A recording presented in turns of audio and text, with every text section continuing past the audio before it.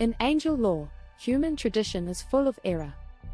The Book of Enoch as of today is not the original and also has errors.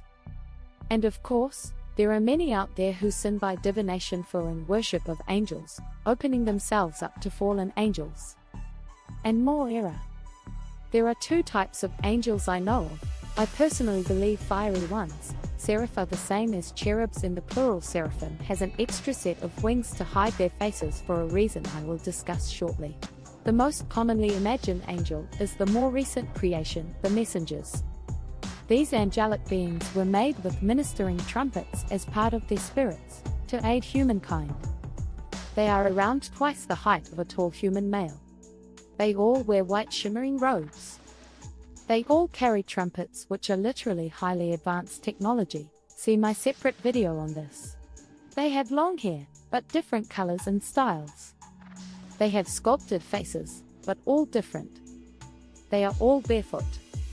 All holy angels carry a two-edged sword that glimmers with iridescence. There are way more than enough holy messengers to be guardians to humankind and ministers to God's elect. The fallen of these are sometimes called watchers in tradition. There are more fallen messengers than human beings on earth today.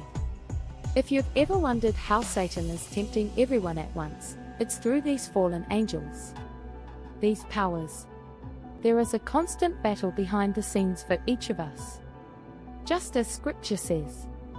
Cherubs are the older creation, and the first created was Hallel, or spelled phonetically, Hillel aka Lucifer, the prince of the air. They are slightly larger, with golden waistbands. They also have trumpets and swords, if holy, but additionally they have whirling wheels, which are an added quantum communication device, and likely more, but certainly not a separate species, and some lore makes them out to be. Cherubs usually don't guard the general public, they guard and influence dominions. They are the archangels, the princes, the principalities, including Michael, who guards the nation of Israel. This involves spiritual battles with Satan's princes over the minds of earth's kings. Gabriel is also a cherub. You can read about him taking on the prince of Persia in Daniel. People who worship angels often claim these two named angels are in their houses, when they are actually likely handling conflicts over in the Middle East. Now the plural of cherub is cherubim. As I understand this, cherub were created in sets of 4. Each set, when on certain duties, at least in the throne room, are somewhat spiritually merged with each other. This is why the biblical descriptions of the plural, cherubim, are strange sounding, as in 4 heads, pairs of wings, etc. The reason these cherubs are combined on this duty is that they perform a sort of prophetic living art duty. For when they combine, they tell a prophecy, and it shows perhaps holographically through their trumpets. In Satan's instance there is a dragon with many heads. In a beloved cherubim instance, a slain lamb with 7 eyes. In a seraphim's instance, nothing is seen, as the extra set of wings covering their heads is hiding the prophecy. It's possible that sometimes a prophecy isn't projected. But you'll notice in scripture their cherub faces are changed too, as part of the prophecy. Hence faces like serpents, dragons, lions, lambs, men, cherub, etc. once separate, all 4 look like a normal cherub. The big reveal to this is somewhat shocking.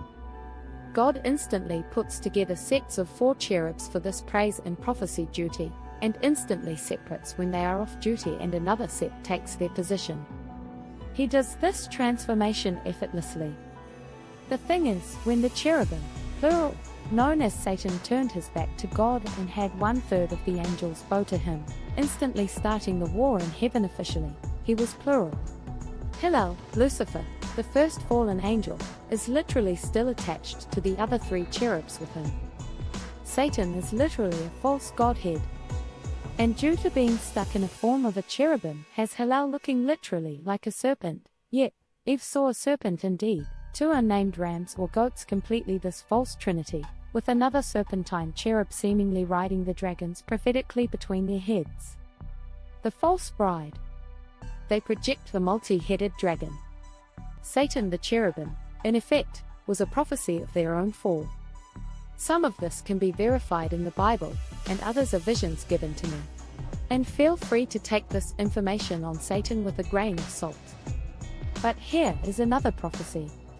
There will be a prophet like Elijah, and a prophetess sister, and paintings that include angels.